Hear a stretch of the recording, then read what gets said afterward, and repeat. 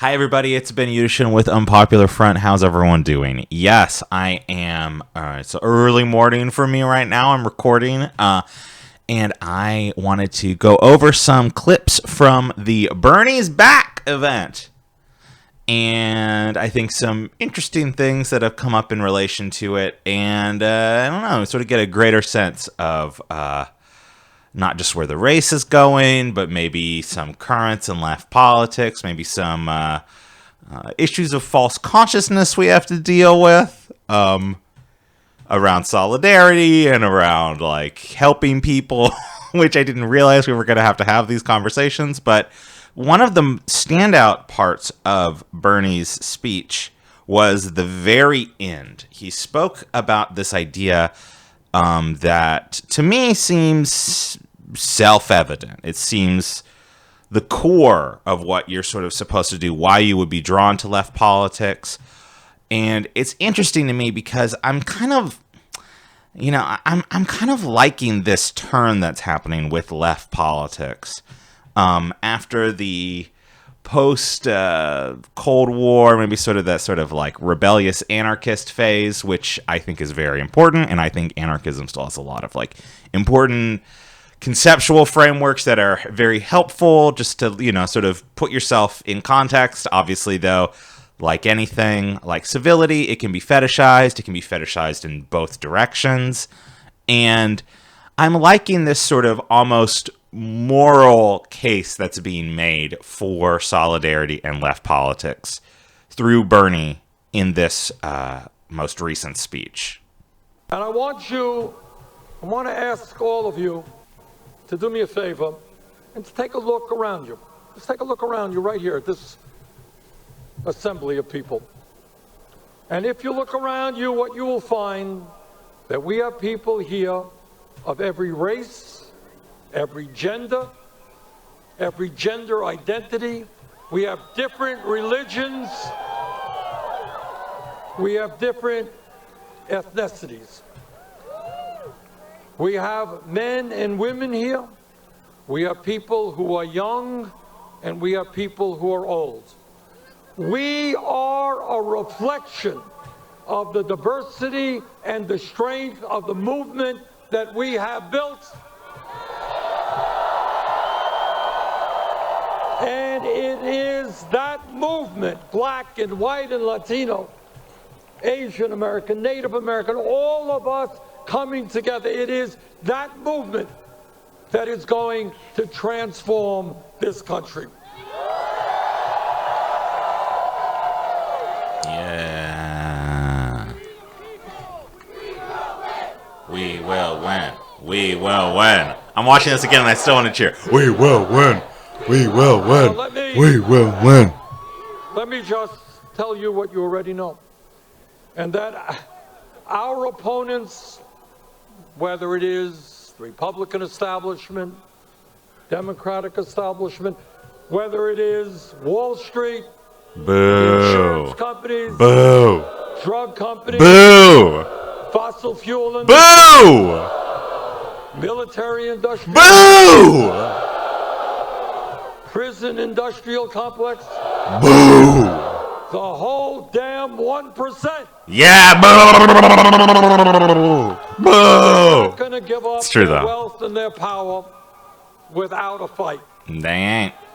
And the question that we have got to answer together is, are we prepared to stand up to them and transform this country?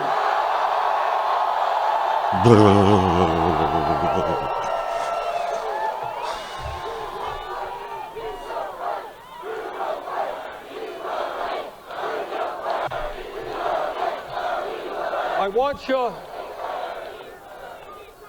you all to take a look around and find someone you don't know. Maybe somebody doesn't. So I love this because it reminds me, for a curmudgeonly old Jewish guy, it reminds me of church, right? Like there's this obviously, if you've ever been to any like I feel like basically any church does this at some point, where even like non-Christian churches, like a Unitarian church or something, they do the thing in the service where you're supposed to look around and you find someone that you don't know and you give them a hug or a handshake, or you say peace be with you. Probably do this, and I've done this at a synagogue. I'm sure plenty of mosques and other religious institutions have done stuff like this, and I really like that overtone, actually. Look kind of like you. Maybe somebody who might be of a different religion than you. Maybe they come from a different country.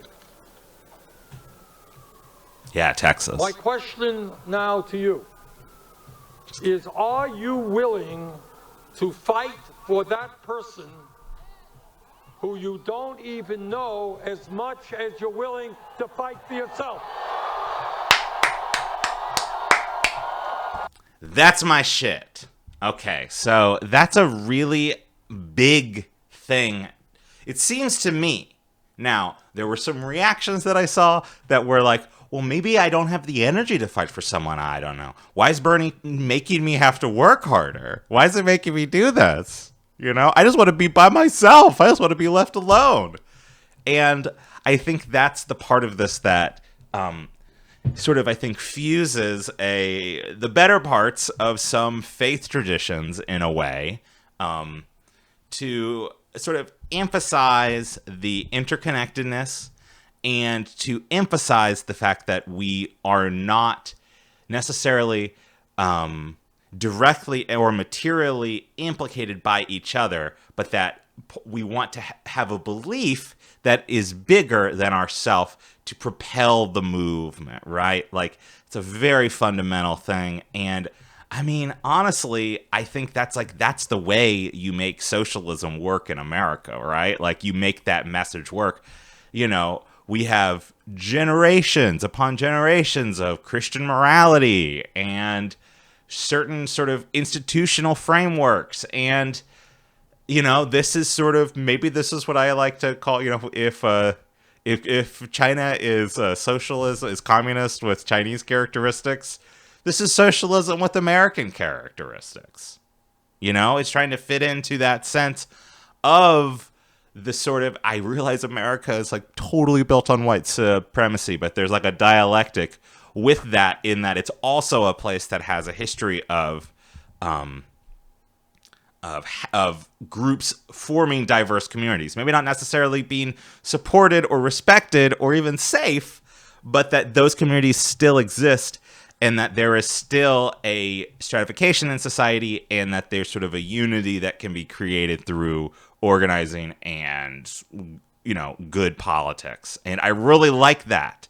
I really like that a lot. Here, we'll do one more clip from Bernie talking about sort of using some of this language that I love. And I mean, to me, it's kind of representative of someone like, you know, this is a cliche. Everyone says this. Everyone loves to claim him. But if there's a chance to say that there's someone who can actually claim this tradition, who's been in politics, whose name is not Jesse Jackson, it's probably Bernie Sanders or someone like of his political program of to follow the sort of example of Martin Luther King, right? So here is Bernie talking about love. Here we go.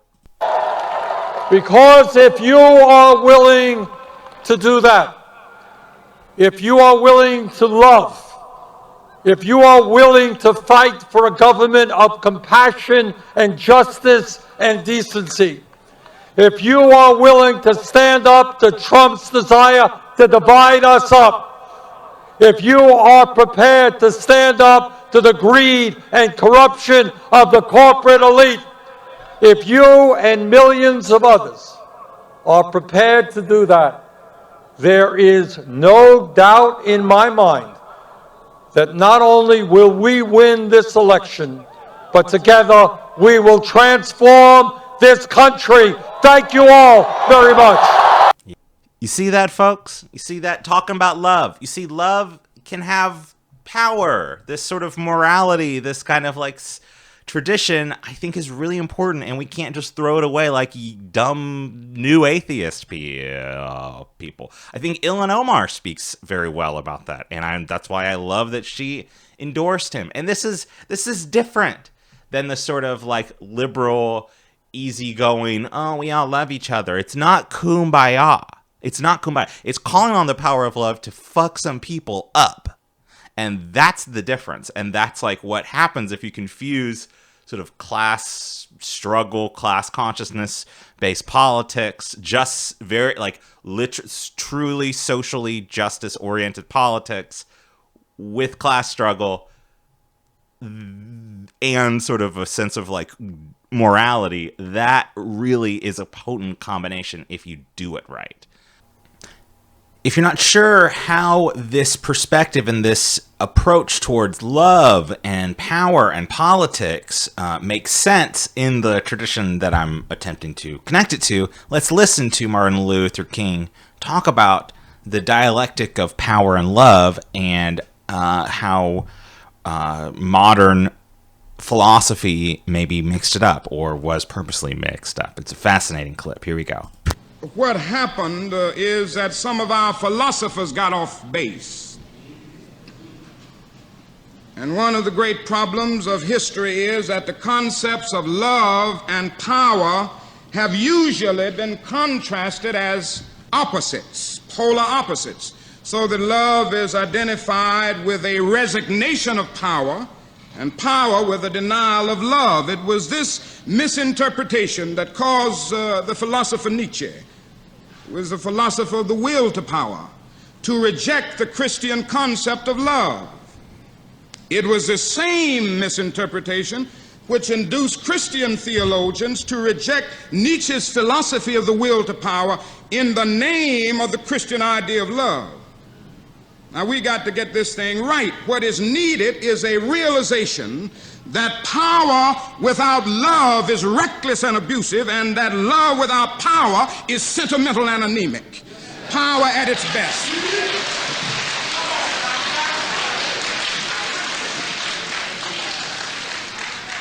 Power at its best is love, implementing the demands of justice, and justice at its best is love correcting everything that stands against love. So you hear that, you see that. This is not the same kind of love of everyone, we're just going to treat everyone the same regardless of how much power they have. Love is justice in motion. And love can be a glue to keep a movement together. And I think that's cool.